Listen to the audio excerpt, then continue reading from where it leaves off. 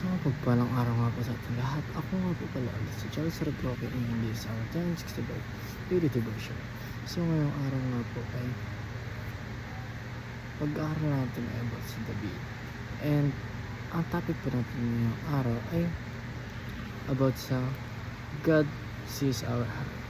So, ang ating pag-aaral ngayong araw ay matagpuan sa 1 Samuel 16 verse 14. And ang sabi po rito ay, ngunit sinabi ng Panginoon kay Samuel, huwag mong tignan ang kanyang muka o ang taas ng kanyang tindig, sapagkat itinakbuhin ko siya, sapagkat hindi tumingin ang Panginoon ang gaya ng pagtingin ng tao.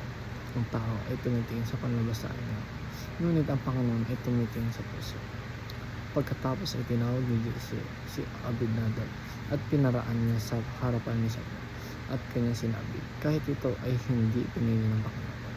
At pinaraan ni Jesse si Samuel, at kanya sinabi, kahit ito ay hindi pinili ng Panginoon. So, pinaraan ni Jesse ang 7 na kanyang mga anak sa harapan ni Samuel, at sinabi ni Samuel kay Jesse, hindi pinili ng Panginoon ang mga ito. So, ating pagkataroon ngayong araw ay nakapaloob sa humans tend to judge by mere appearance. So, ang mga tao raw, o tayong mga tao din na bumuhay dito sa mundo ito, nakatend ito upang mag-judge ng kapwa nila tao. Ngunit hindi ito ang tinuro o hindi ito ang pinili ng ating Panginoon para gawin natin sa ibang tao.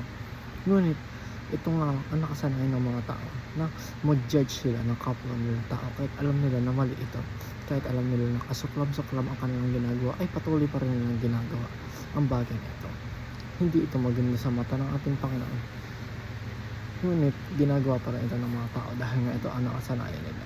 So, ang pangalan naman po sa tikaturan ay God sees beyond appearance and looks at the heart. So, ang ating Panginoon ay hindi katulad ng mga tao sa mundo ito, dahil nga ang ating Panginoon ay nakikita niya kung ano nga ba ang hindi nakikita ng tao, at ito ay yung beyond appearance. Hindi lang sa nagbabase sa mukha, o hindi lang nagbabase sa katawan o sa physical na anyo, kundi nagbabase ang ating Panginoon sa panloob na anyo. At ito ay tumitingin siya sa puso ng bawat isa o ng bawat tao sa mundo ito. Hindi niya hinahayaan o hindi siya nang judge ng ibang tao, dahil nga ang ating Panginoon ay tinitignan niya kung ano nga ba ang nilalaman ng puso at hindi ang physical natin. So, ang last naman po sa ating katuruan ay wisdom and strength come from the Spirit.